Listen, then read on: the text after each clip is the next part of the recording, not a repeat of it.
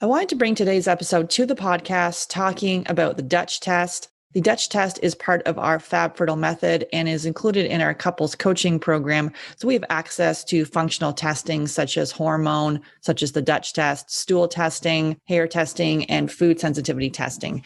And those functional tests will give us a targeted plan to help you then prepare your body for a baby. So today we're digging into the Dutch test. And this is really important if you have been told that you have low egg health, if you have low AMH, if you have diminished ovarian reserve, premature ovarian failure, or insufficiency, PCOS, endometriosis, any kind of infertility diagnosis where basically you're being told to, your next option is an IUI or an IVF. The Dutch test will tell you exactly what's going on with your hormones and really tell us the pathways the hormones are going down. So then we can develop a targeted action plan. And this is it's not using blood, it is using urine. So over the course of a couple of days.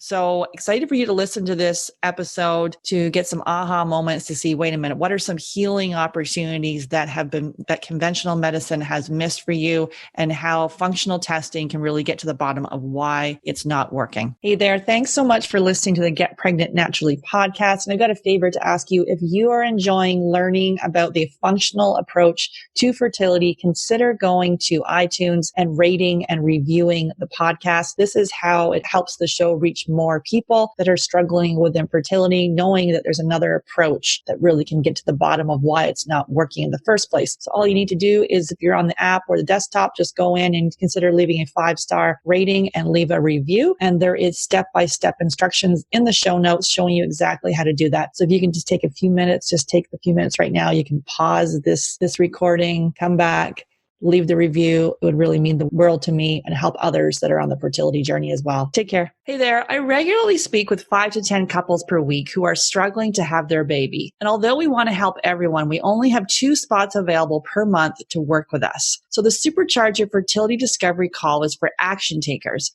And really people who are ready to move forward so they can finally have their baby. And if you're not ready and you wait, the risk is you'll need to wait 2 to 3 months for a spot to open up. So if you're seriously considering working with us, go to Fab Fertile, FABfertile.com, and click on book a free call. Then you'll be all booked in and ready to spend 30 minutes to give you the action plan to getting pregnant naturally. That's Fab Fertile, FABfertile.com, and click on book a free call. One theme that keeps coming up with the couples in our Fab Fertile Couples Coaching Program is sleep. Whether it's insomnia, having a hard time falling asleep, waking up at night, or feeling tired when we wake up, sleep is critical for fertility and hormones. And that's why I'm so excited to have Blue Blocks as our podcast sponsor. So we're exposed to blue and green light from our phones, our tablets, our computers, indoor lights, and more. And this exposure impacts our melatonin production. And melatonin is essential for both female and male fertility. It helps determine the frequency and duration of our cycle and impacts sperm. There's lots of blue light blocking glasses on the market, but the ones from Blue Blocks, they've actually compared other popular brands, and Blue Blocks block 100% of blue and green light, while other brands fall short. So I have their sleep glasses. They have red lenses, and the ones I have are a little translucent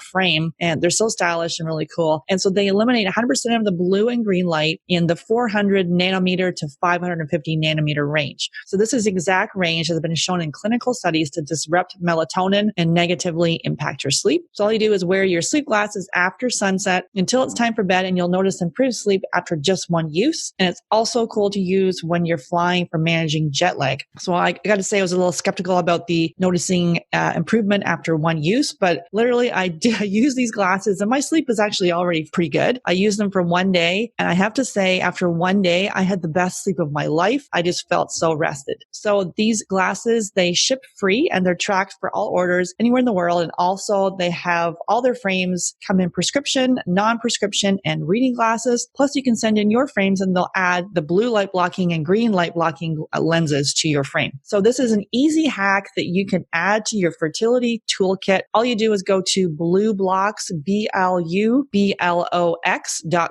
Use the coupon code GetPregnantPodcast at checkout and receive a 15% discount. That's BlueBlocks, BLUBLOX.com, and use the coupon code GetPregnantPodcast to receive your 15% discount. I didn't need to go to donor eggs. Obviously, I don't regret it. I have beautiful children. I could have done things differently, restored. I was still cycling back in my 20s. I could have looked at my health, the environmental toxins, the stress I was under. Many women are being told their eggs are too old. That's often merely an assumption that's not based on actual evidence. The reason being that there is no direct test of egg quality. You can't test egg quality. It's the man who's got a food sensitivity or he has a zinc deficiency. Like there can be a root cause to these symptoms that are, quote unquote, period problems, that the doctor will pass you a pill without any question of why. And some part of you knows that if you can reframe your journey from not want to struggle, or if it is struggle, learn how to embrace the struggle. Learn how to embrace it. Most conditions in the child occur during the 9 months of development. It's the genetic switches are turned on or turned off, and they're pre-programmed.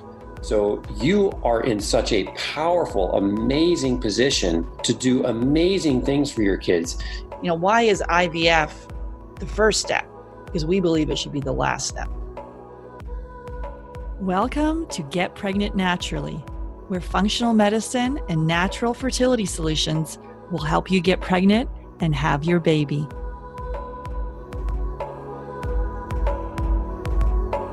Hey there, I'm Sarah Clark, founder of Fab Fertile and your host. I believe the functional approach is the first step for anyone struggling with infertility, and my aim is to help you get pregnant naturally. Today, I'm welcoming back to the podcast Brandy Buskow, and we're digging into the Dutch test and what it means for your fertility. This is a hormone test that we use in our couples coaching program. So definitely check out episode number 6 for a functional medicine one-on-one talk, plus a look at some of the tools that we use to help couples conceive.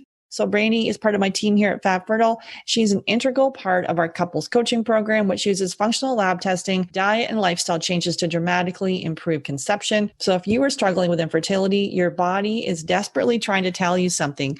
Focusing on your health will either help you get pregnant naturally, or if you do need to go to the fertility clinic, it will improve your chances of success. Brandy is a functional diagnostic nutrition practitioner, certified transformational health coach, and EFT practitioner. Thanks so much for listening. I am so thankful that you are here. Make sure you hit subscribe. And if you know someone else who is on the fertility journey, please share this podcast with them. Hey, Brandy, welcome back to the show. Hi, Sarah. Thanks for having me again. Yeah, so we're going to go through the Dutch test, and we're going to actually have a link in the show notes where you can pull up, because we're actually going to use an actual Dutch test, where you can pull up the Dutch test and follow along. So that'll be in the show notes. You can follow along because it is a fairly very quite detailed test, and there's different dials and readings and things to look at that. So it'll be helpful if you had that in front of you when you were listening, but you can certainly listen along too if you're listening without access to being able to look at that. So with that, so Brandy, I guess let's where did you want to start first? So I guess what we'll do is we'll do a little kind of introduction to what the Dutch test might look like when somebody gets it. And you kind of mentioned the dials. So the way that they kind of report numbers on the Dutch test is they make them look like this little speedometer. And when we're looking at the numbers, we kind of see the dial like a speedometer would in a certain range. And so if you're looking at the test that we're going to post that goes along with this podcast, you'll notice a lot of those dials in a lot of different ranges. So when we're kind of referring to those, that's what you're going to be looking at, whether or not it's in range, or if it's really high. So it's like really trending on the high side, like you're speeding in your car, or if it's on the low side, like you're barely moving at all. Just kind of a good idea and an explanation on what you're looking at when you're looking at the Dutch test. So usually when you get a Dutch test, the first page goes over the hormones, so a hormone summary. And the hormones that the Dutch test looks at are estrogen, progesterone, testosterone, DHEA, cortisol, and melatonin. So those are the main hormones that the Dutch test looks at and tests for. And of those hormones, they also allow us to kind of look downstream or deeper at each of those hormones. So rather than just having a total estrogen number, we'll have that, but we'll also then say, okay, of that estrogen, what is that estrogen doing with the different forms of estrogen that our body produces? And the reason that that's good is it gives us some more insight as to if it looks like you have high estrogen, well, what kind of estrogen are you making? Are you making the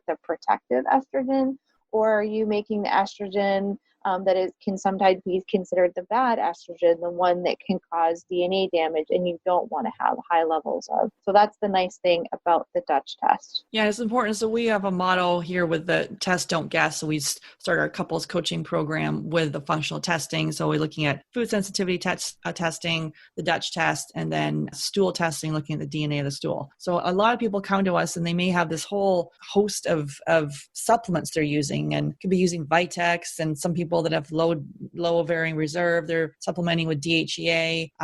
They could be using maca. They could be like a whole bunch of different things they're taking. But our thing is, let's test to see what's happening first, to see if you actually need, like, if those supplements may be good for a quality or whatever it may be, but are they right for your body? So it's really important to is looking at a very personalized or customized approach to this. And we also, on episode 33, I interviewed Dr. Carrie Jones. She's the medical director for Precision Analytical, which is the creator of the Dutch. So that's an awesome episode too, where we dig a lot into just a general overview of the Dutch. And this episode here is more, let's look at the actual test and kind of, what would it mean, just digging in further to the actual dials and things that are on the test. Yeah, for sure. And Dr. Carrie Jones is definitely the expert on this test. So that is a really great interview to listen to. So as you mentioned, we're going to be going through a sample report of some test results and kind of give you a high level overview of, by looking at this test, what is it telling us about this person?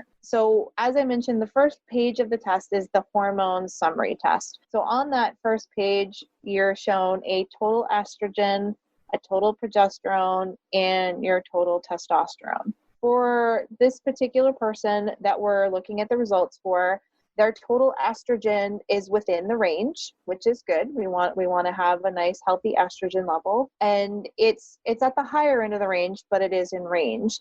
And the progesterone levels for this particular person is in the range, but much lower than the estrogen. If you're looking at this, you would then kind of right off the bat see, because the estrogen level is a lot higher on the dial and the progesterone is a lot lower on the dial, this is a person that likely is having some symptoms of estrogen dominance. It's something that's fairly common. Even if you have low estrogens, you can still have a situation where you have estrogen dominance. You'll have the symptoms that go along with that, things like painful periods and mood swings and bloating, anger, anxiety. All of those things can go along with estrogen dominance. Tender breasts, cysts, fibrocystic breasts, those are all really common to seeing with estrogen dominance. And like I said, your estrogen doesn't have to be super high for you to be in a situation where you might have estrogen dominance. So that's an important thing to keep in mind when we're looking at the test results. Even if it's low, you could still be having these symptoms because your progesterone level is much lower. Yeah, and then many women we work with, we also see it in it's interesting though, actually, because even though if someone does present with diminished ovarian reserve, it doesn't necessarily always mean that their estrogen is low. Right. I mean, there are times definitely where we will see that. So if you're looking at the dial and it goes outside of the range to the low end, we would consider that. It doesn't necessarily mean that person is in menopause, but this is a level of hormone that we would see in somebody that is menopausal. And so we do have women that come to us where that is what happens. Their hormone levels are on the very low end, outside of the range, and they almost look menopausal. But we do have many women that have diminished ovarian reserve that come to us who have very healthy estrogen levels. But if you look at the other hormones, their testosterone is really low, their DHEA is really low, and their progesterone level isn't matching the estrogen. And so they have a situation of estrogen dominance. Yeah, and these people may have been told that, donor eggs are their only option, whereas let's look into the markers here and see exactly what's happening rather than potentially jumping to conclusions before we've actually looked at the whole body. Right. Yeah. And that's why it's really important to not just look at the total numbers and treat what the number says on the paper. So a lot of times if you're going to your doctor and they do the blood test and they look at your levels and they'll say, okay, well, this level's high, this level's low. So let's give you something to lower the one that's high, and let's give you something to raise the one that's low. And that's kind of a Band-Aid approach, because it's not really asking the question, well, why is there an imbalance in the first place? And what can we look at that will dig a little bit deeper and kind of give us a reason why the hormones are imbalanced and why the body is causing these levels to be way up or way down. And let's work on that first before just automatically jumping to giving hormones in hopes that we can correct the number on the test paper. And so as far as progesterone then? Yeah, so with progesterone, the Dutch test isn't urine, it's a urine test. So urine isn't the best measure for progesterone. So with the Dutch test, it will give us an average of what they think is in there, but it doesn't give us the actual amount that's available to the cells. So it is helpful because it's going to tell us, how much estrogen that person has, but it doesn't tell us how much is actually available for the cells to use. Although, we like this test for all of the other reasons where it gives us a lot of information about testosterone and about estrogen and about cortisol. It is not the greatest test for progesterone, but it still does give us some really good clues and really good information, and will let us know if there's a situation where there's some estrogen dominance or if your progesterone levels are low. So it will definitely tell us that. And then as far as testosterone? So for testosterone, if we are looking at the test result that we're sharing with this podcast, this particular person has very low testosterone, which is actually, we see pretty commonly with the women that we work with, commonly see low testosterone levels. And some of the reasons for low testosterone could be things like a low-fat diet. So we already talked about in previous podcasts the importance of eating good quality fats because they're the building blocks for hormones. So if you are eating a low-fat diet, or you have eaten a low-fat diet in the past, this can be one of the reasons why your body isn't producing enough testosterone.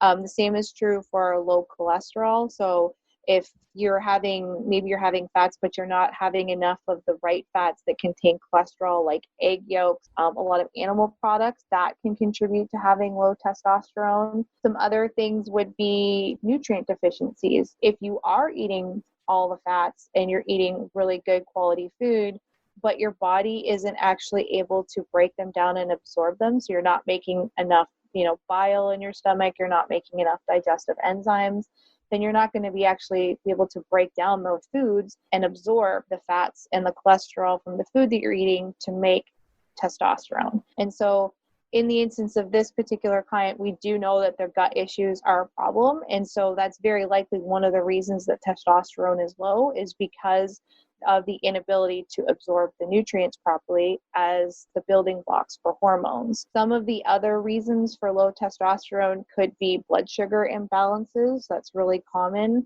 Oxidative stress. So that would be if you have a lot of toxins in your environment and you're not reducing the toxic load. So you're not changing your personal care products, or you're working in an environment with a lot of poor air quality, or even toxins that are used, like paints, and maybe you work in a place where they deal with metal, all those sorts of things. And then stuff like hypothyroidism can be a really common cause for low thyroid, and even childbirth. So if you've had children and you're postpartum, it could take several years postpartum for your hormones to come back to normal. It's not uncommon to see low testosterone levels in women for all of these reasons. Yeah, so secondary infertility. Yeah, for sure. And these are all the things that we talk about. There's so many things that can contribute to low testosterone. So to just give something to boost testosterone really isn't digging into the reasons why the testosterone is low in the first place. And that's really important. Yeah, it's that old way of thinking where you're stuck on that diagnosis, in this case, an infertility diagnosis, and not digging in further as to why it's happening. Yeah, definitely check out episode number 16. Brandy and I talk about healthy fats and what's healthy fats to add in there. And also there's a blog that we've written on blood sugar. So you can check that out at Fab Fertile, fabfertile.com, and just search for blood sugar blog. And then also with potential leaky gut or nutrient deficiencies. A lot of women that we speak to have been on long-term birth control, which then could impact the beneficial flora or the microbiome, as well as your nutrient levels, which then potentially could set you up for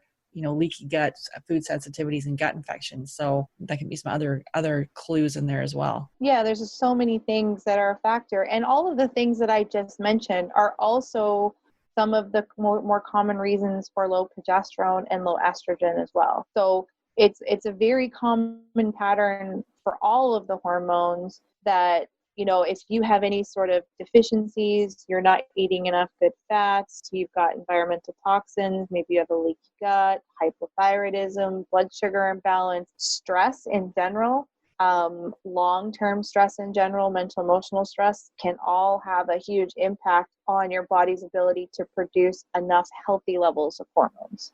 But it's not just testosterone that's affected, it's all of the hormones that can be affected for these reasons. And then as far as cortisol. So cortisol is an important hormone, and it's one that is secreted by the adrenal glands. So the adrenal glands are little glands that sit on top of your kidneys, and they are responsible for producing cortisol, which is what we know as the stress hormone in times of stress. Now, cortisol is an important hormone. We do need it. We need it for times where we do need that quick burst of energy to deal with the stressor.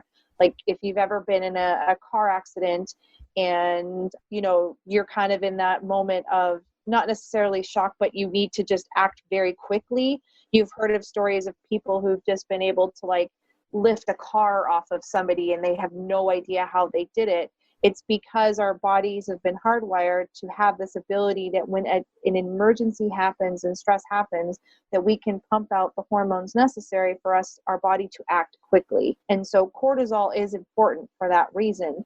The problem that happens with cortisol is in the day and age that we live today, the stressors that we endure every day are constant. So it's not like it was 100 years ago where, the biggest stressor, might be an animal in your yard that's attacking you or, a fire or some natural disaster. I mean, our stressors every day are waking up to screaming kids, having fights with our spouses before we go to work. We're in the car, we're late, we're in a traffic jam, there's an accident, our boss calling us because we're not getting there on time. We have these deadlines. I mean, it's a constant barrage of stress. And so our body is constantly in that state of fight or flight, and we need to pump out cortisol. We need to help you to survive the next stressor.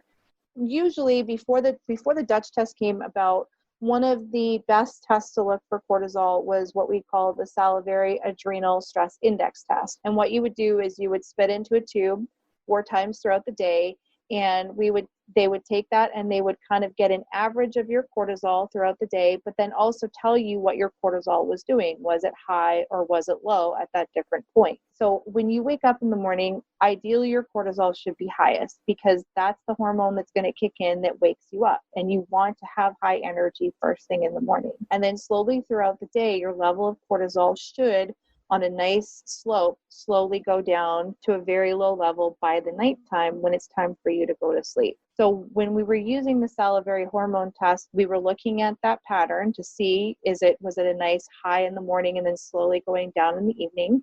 So that gave us a lot of insight. And if it didn't, then we would be wondering, well, why is the cortisol spiking at times when it shouldn't? The other thing with that is that it gave us that, like I said, that average overall total cortisol for the day, which would give us some clues on whether or not you were producing enough cortisol to keep up with your stressful life. The problem with that test, and this is what sets the Dutch test apart, is that it only gave you that total, but it didn't really tell you how much cortisol your adrenal glands were actually making. The Dutch test does a good job because it will actually tell you this is how much cortisol you're making, but this is how much your body is actually able to use.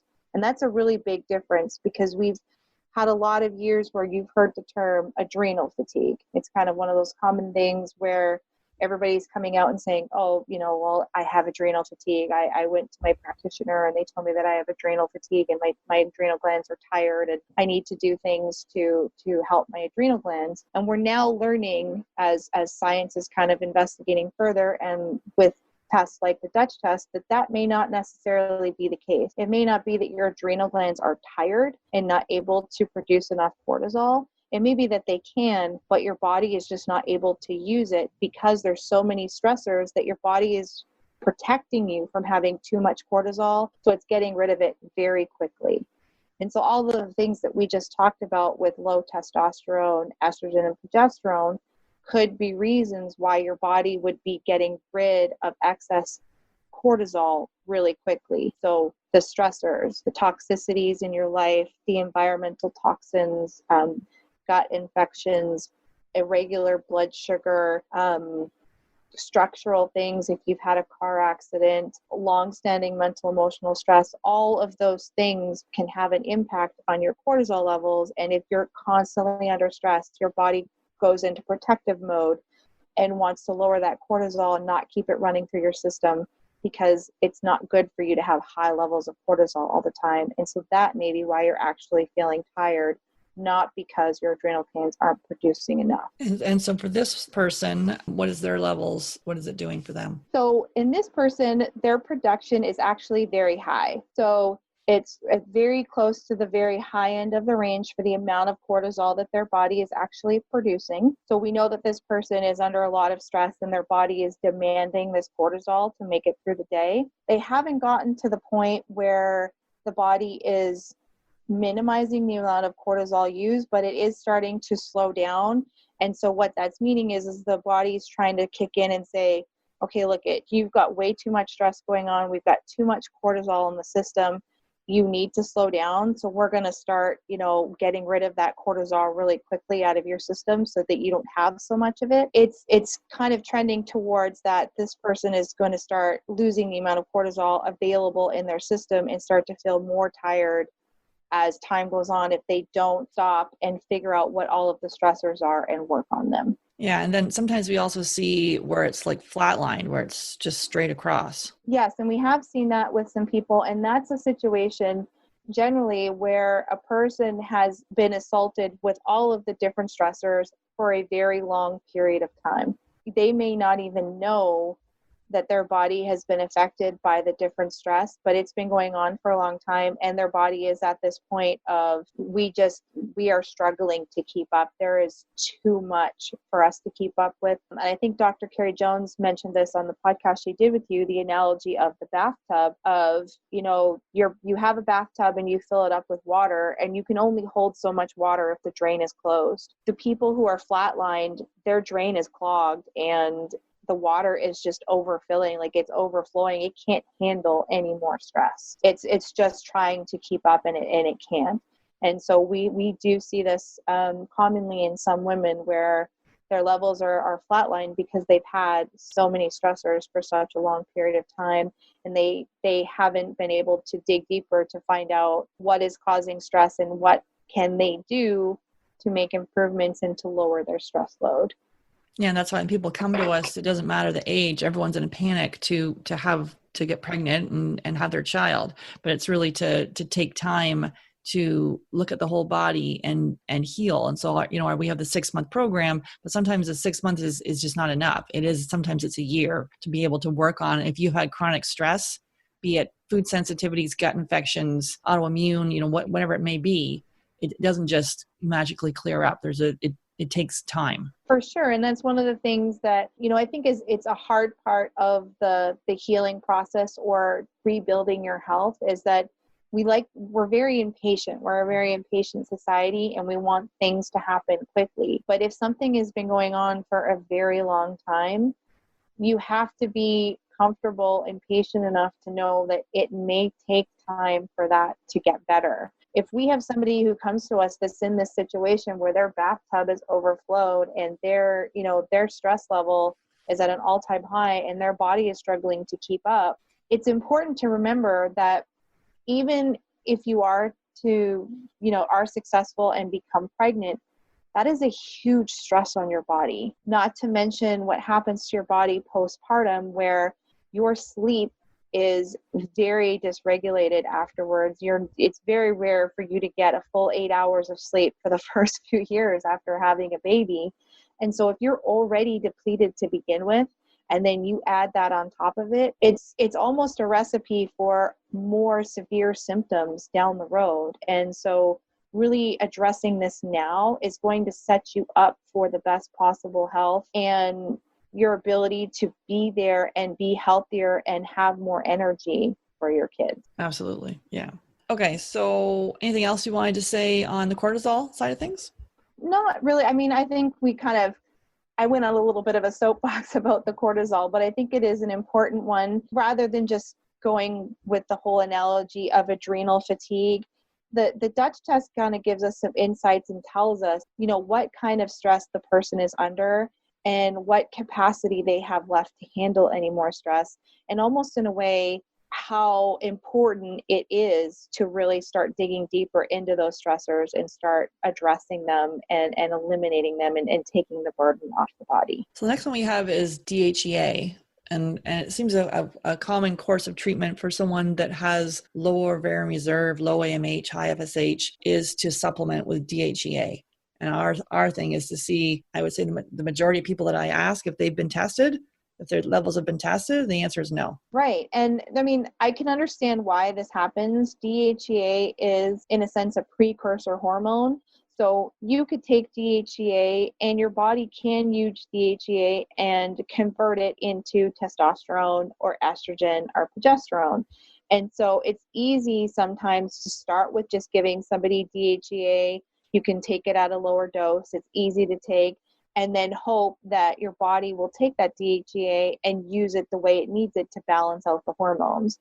Unfortunately, that's not always the way it happens. And so if you're not testing and you're supplementing with DHEA, then you don't know what your body is doing with that hormone. You could be taking DHEA and your body decide, well, I'm going to use it and all I'm going to do is make testosterone, and your testosterone levels are going to go really high off the charts, and then you'll start having symptoms of androgen dominance and PCOS and things like that, and that's not what you want, when originally your purpose for taking DHEA was hoping that it would raise your estrogen levels. So it's really important to be testing. And we actually very commonly, almost all the time, actually see women who are taking DHEA, but yet if you look at the levels when we test it, their DHEA levels aren't that high. So they're in the range, but they aren't that high even though they're supplementing. And it's an interesting thing to see. And the problem also with DHEA is that it needs to go through a process to DHEAS, which is the sulfated form of DHEA, which is the form that your body uses. And there's a lot of things that can interfere with that conversion. So things like inflammation, blood sugar dysregulation, insulin resistance, toxins, food sensitivities, gut bugs, those are all things that can actually interfere with that process of converting DHEA into the usable form of DHEAS. So, we've kind of see these things that are stressors on the body that play a role in lowering our hormone levels, but it's also now playing a role in our body's ability to convert hormones to the way that we need them and the way that the body needs them. And so this is something that we actually see very often. And when we say inflammation, we're not just talking about like an inflamed joint, but inflammation overall in the body could be from all of the stressors we talked about: nutrient deficiencies, mental emotional stress, leaky gut, food sensitivities, blood sugar imbalances, the list can go on. And it's very common for a lot of people to have some degree of inflammation in their body for those reasons. Yeah, so taking a supplement for DHEA it does different things for different people. Right, and it may not even be beneficial to you, because if you're taking it and you have high levels of inflammation or you have some degree of insulin resistance, then that may block your body's ability to even convert it and be able to use it.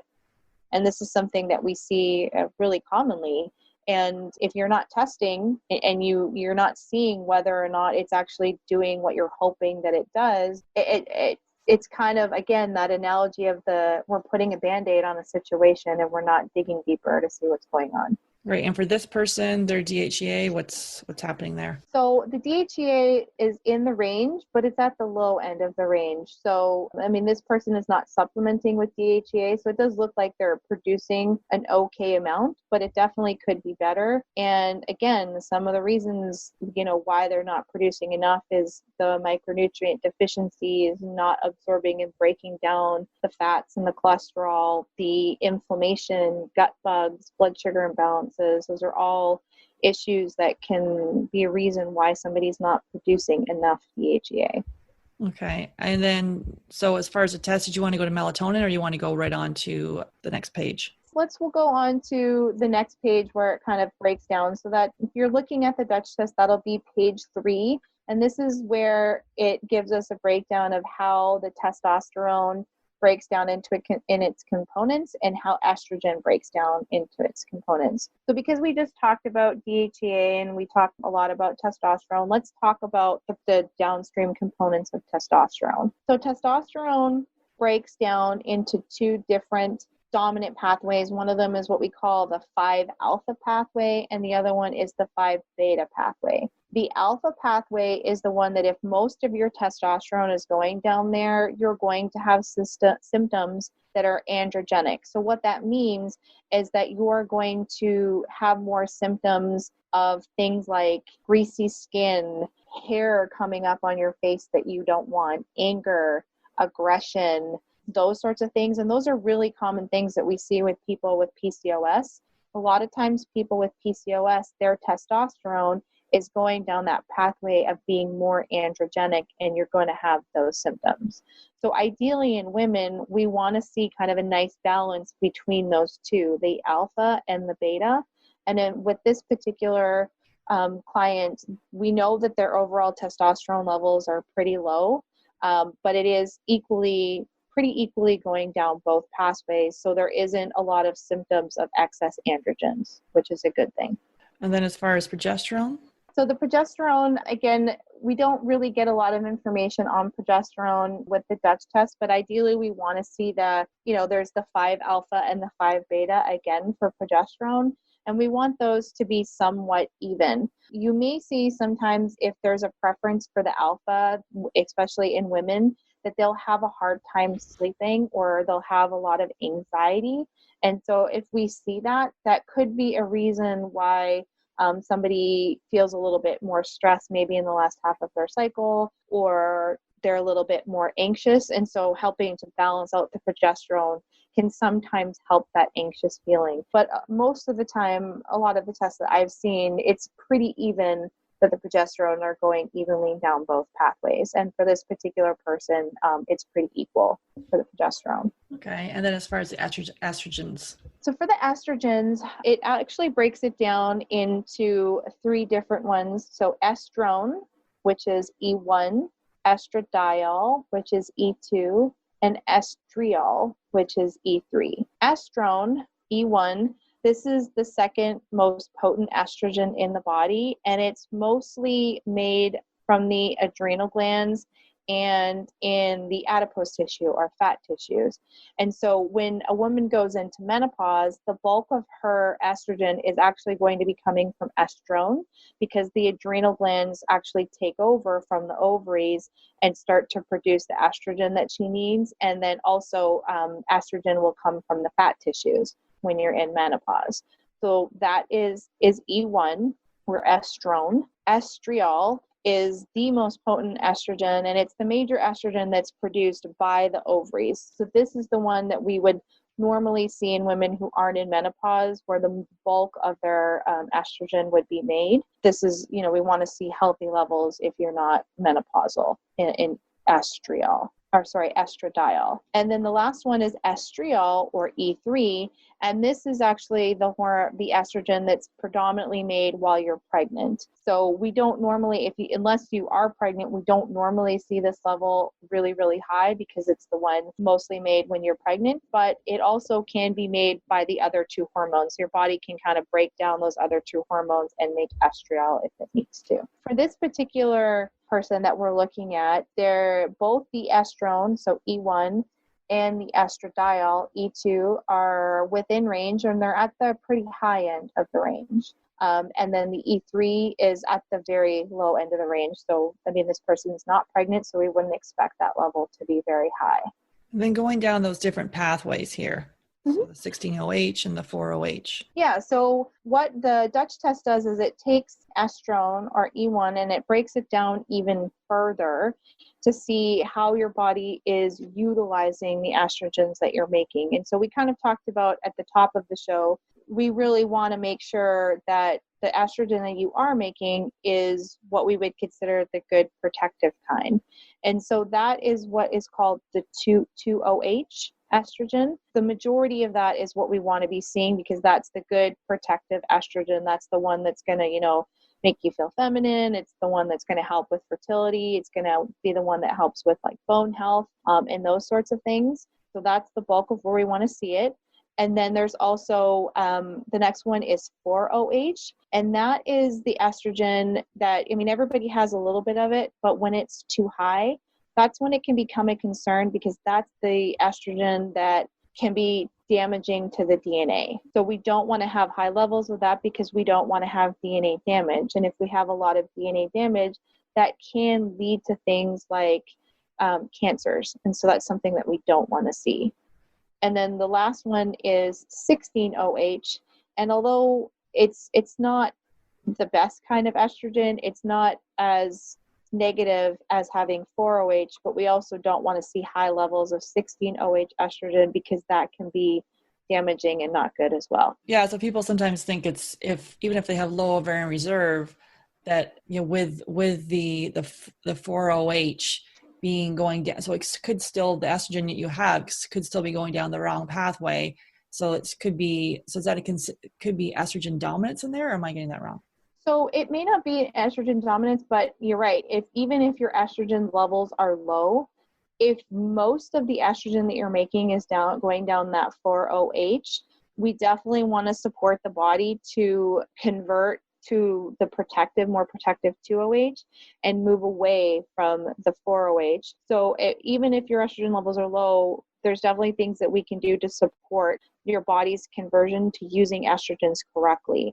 And that a lot of that has to do with supporting the liver because the liver is really important in this process. So this downstream is kind of called phase 1 detox. And so this is where we would want to support phase 1 detox of the liver. And I don't want to kind of go down this big rabbit hole of the different levels of detox or phases of detox of the liver, but enough to say it's very important to be supporting your detox pathways. The very first thing that you can do to see how well you're detoxing is, are you having a bowel movement every day? That's really important because if you aren't, and you're having a bowel movement every other day, you have toxins that are building up in your system. You need to be eliminating every day. And so the major organs, we know about the liver as a detox organ, but breath. So breath is a big one. We're kind of expelling toxins through our breath. Things like deep breathing and exercise are going to be really helpful and important for detox because we're really working the lungs and getting out the old air and carbon dioxide that we breathe out. Sweating. So our skin is a big detox organ. And so if you're not sweating and sweating out the toxins, then that can be a problem. So if you're not exercising and sweating, or even sauna is amazing. That's a really, really good way to help your body detox. Then you may not be detoxifying as effectively as you can. And some of the other things that we like to do with skin is something like skin brushing. It helps to kind of exfoliate the skin, open the pores, and allow things to come out. And somebody who suffers from a lot of skin issues like acne, that is also a sign that there's toxins trying to come out and they're not able to. It's kind of like a reflection of how well your body is doing internally. So we had breath, we have skin, the liver, like we talked about, the bowels. So the bowels are super important. Like I said, you need to be having bowel movements every day. And then urinating is another way that we eliminate. And so we want to make sure that you're hydrated and you're eliminating as much as you can. So that's all going to be, that's kind of the first step in looking at detoxification without digging deeper into all of the different ways that you can support it. I mean, those are the main things to start with and look at and see how you're doing in those areas first. Yeah, we usually have the skin brushing, the sauna, Epsom salt baths. There's on my website, Fab Fertile, fabfertile.com. There's a rest and restore detox bath. So you can look that up with Epsom salts and Himalayan salt. And then also dandelion tea or milk thistle. We recommend that. And yeah, drinking lots of water. Also dim in this case too. For this particular person, so if we kind of just take a quick look at how the phase 1 is doing, most of the estrogen this person is making is the 2-OH, but they do have very high levels of 4-OH. And so we don't want to see that. So we want to provide some support to help eliminate that excess estrogen that could be recirculating in the body and causing problems and DNA damage. And so in this situation, that's when you would use something like DIM, because DIM works really well to lower that. Some other things that help to lower excess levels of 4-OH are cruciferous vegetables. So the things like kale, broccoli, cauliflower, cabbage, those are all work really well. They're the cruciferous vegetable family. And also supporting the liver, like we talked about, all of the detox pathways, making sure that those are working properly so that you're really helping that liver to eliminate the excess estrogen and to convert it into the nice protective 2-OH estrogen. Yeah, I guess the key here is that you may have heard about these different detox strategies and different stages of the liver detox, but with this test, it just allows us to take that very targeted action plan, so to really customize it to see what is going on for you. And one of the other things that I've commonly seen is, people will try to they'll do some quizzes online and they'll say, well, it seems like I have a lot of estrogen dominant symptoms. Maybe I'll take some DIM and that will help. And that may not be the best idea unless you know for sure. Because if the estrogens that you are making are mostly 2-OH and your 4-OH estrogen, the bad estrogen that we call it, is low, taking DIM may not be good because it will actually lower the estrogens that you are making and then cause a situation where you have low estrogen. And that's not what you want. So what you would do, and that's why it's important to test. You really need to see what specifically your body is doing. You can't just go by just a total estrogen number and assume that taking DIM is going to fix it. That may not be the best solution for you. You may not need DIM. You may need to do other things like boost your progesterone levels to bring it back into balance, or just dig deeper into the stressors and start to eliminate those. And that in turn will help to regulate your levels and bring progesterone and estrogen back into balance. Mm-hmm. Anything else you wanted to say on the estrogens? So the only other thing that we look at on the Dutch test with the estrogens is it gives us some information about the next phase of detoxification, or phase 2, or methylation. For this person, they actually are not methylating very well. We do know that they have MTHFR. Now this test doesn't tell you, so if it says you're not methylating well, it doesn't necessarily say you have MTHFR, but it can give us some clues that may be an issue for you. And so investigating it further might be a good idea. Mm-hmm. That's the environmental toxins there are really key. Mm-hmm. Okay, so now down to page number, 5, Brandy? Yeah, it'll be page number 5, and that's where we are talking about melatonin. So melatonin, did you want to ask a question, or do you want me to just jump into what melatonin is? I think a lot of people are potentially could be supplementing with melatonin, because we're told that's a good thing if you're having a hard time sleeping. So I just wanted to talk about that a little bit, and then we can dig into the test. Sure. So yeah, melatonin is something that very commonly a lot of people are taking, and I find personally a lot of people are taking too much melatonin.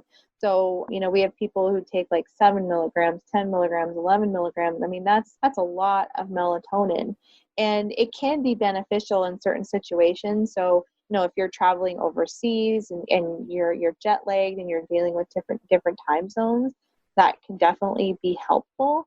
but using melatonin long term isn't really a good strategy. And you definitely want to be testing. That same adage that we're always saying, test, don't guess.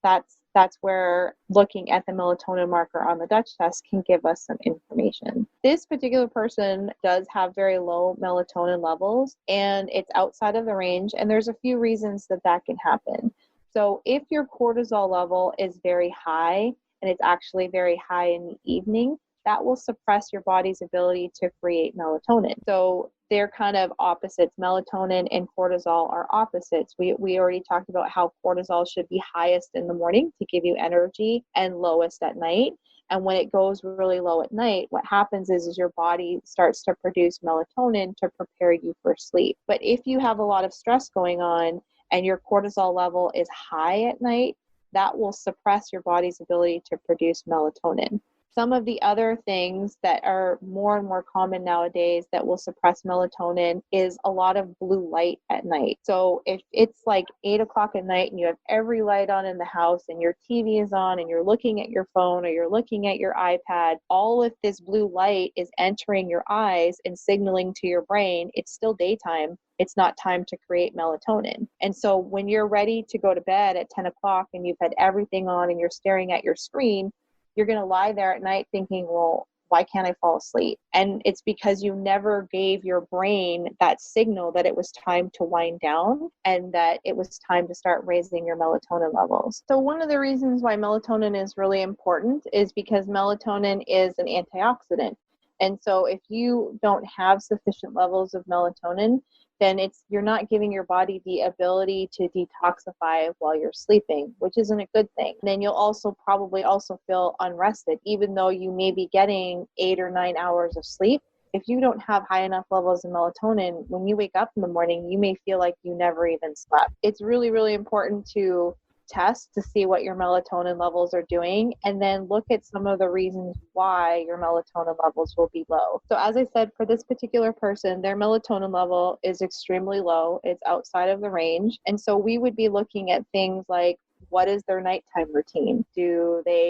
Are they using blue blockers? Are they lowering their lights at night?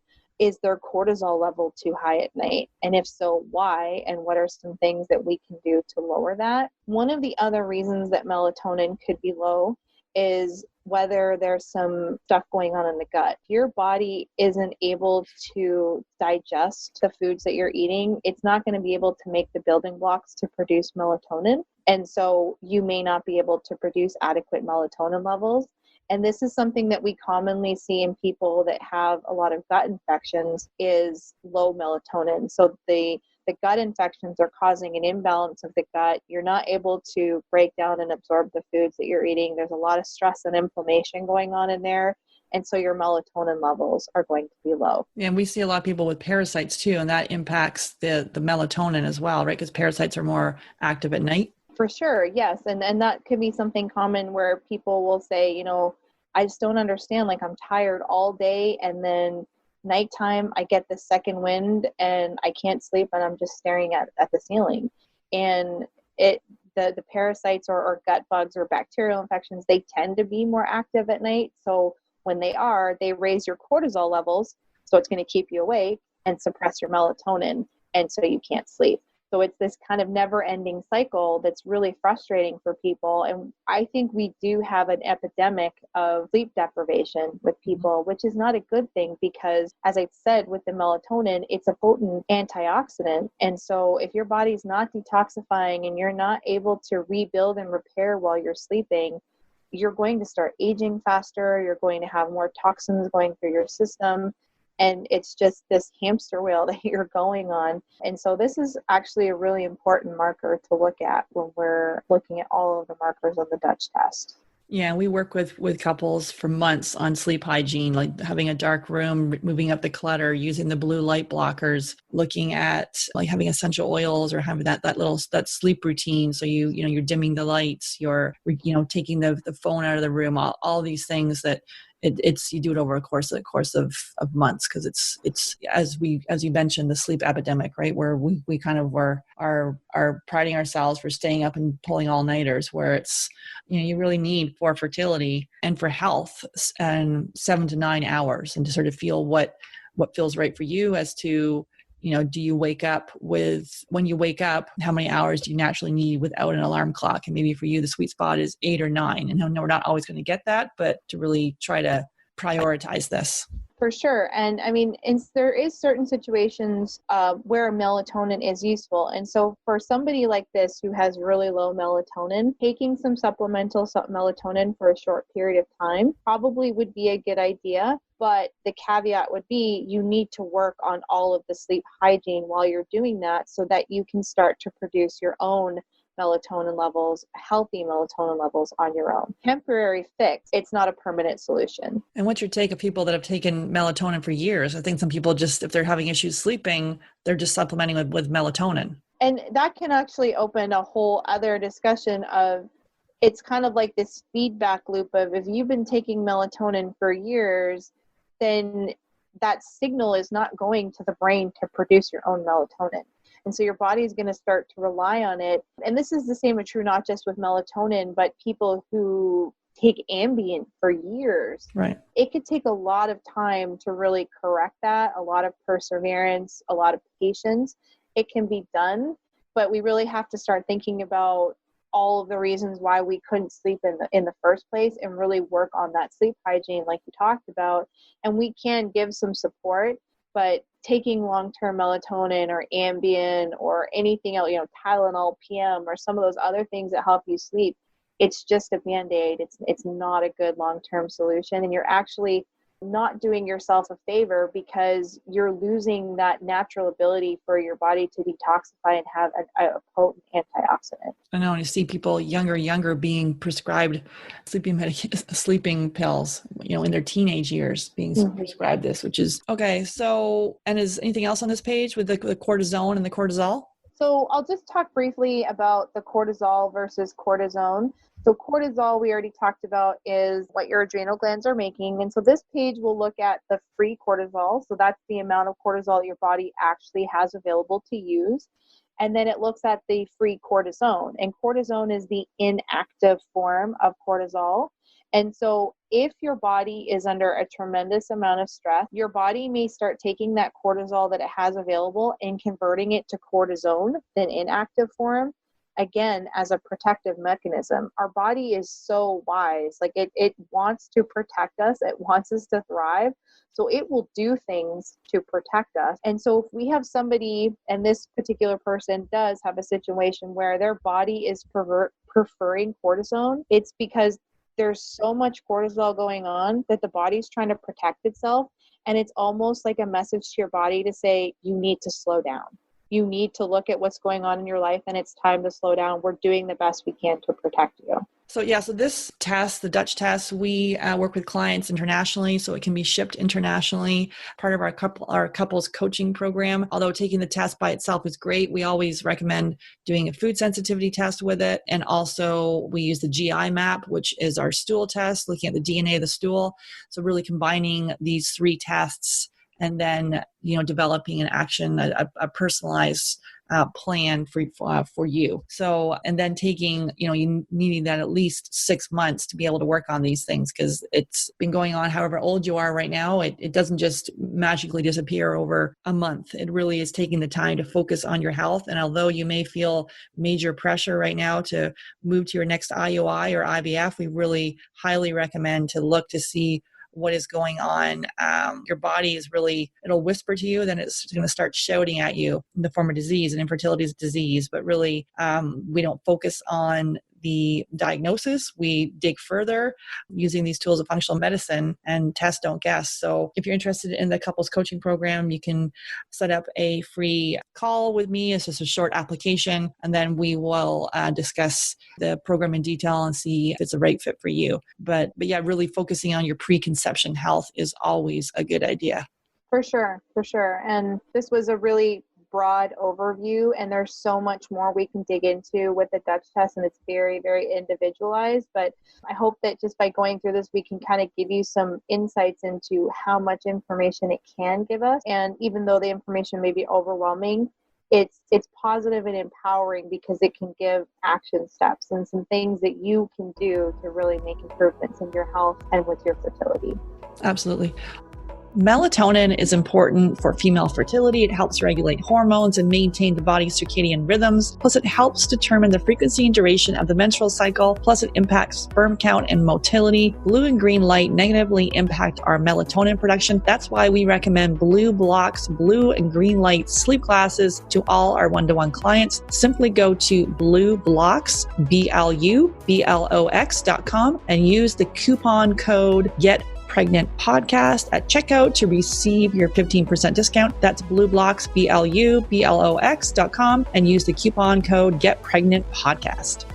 Hey there, I regularly speak with 5 to 10 couples per week who are struggling to have their baby. And although we want to help everyone, we only have 2 spots available per month to work with us. So the Supercharge Your Fertility Discovery call is for action takers, really people who are ready to move forward so they can finally have their baby. And if you're not ready and you wait, the risk is you'll need to wait 2 to 3 months for a spot to open up. So if you're seriously considering working with us, go to Fab Fertile, FABfertile.com, and click on Book a Free Call. Then you'll be all booked in and ready to spend 30 minutes to give you the action plan to getting pregnant naturally. That's Fab Fertile, FABfertile.com, and click on Book a Free Call. I'm excited to offer you a special gift. If you are a U.S. resident, text Fertile, Fertile, to 55444. You'll be prompted to enter your email address and you'll receive our fertility yoga download. In this 20-minute intro video, we focus on a calming and peaceful practice to connect back to our heart. These simple yoga poses can help quiet negative thoughts and make you feel more in control. Download it now and get started today. For U.S. residents, text Fertile, Fertile, to 55444. For non-U.S. residents, go to Yoga Freebie, Freebie, to access your special gift. That's yogafreebie.com to access the free fertility yoga download.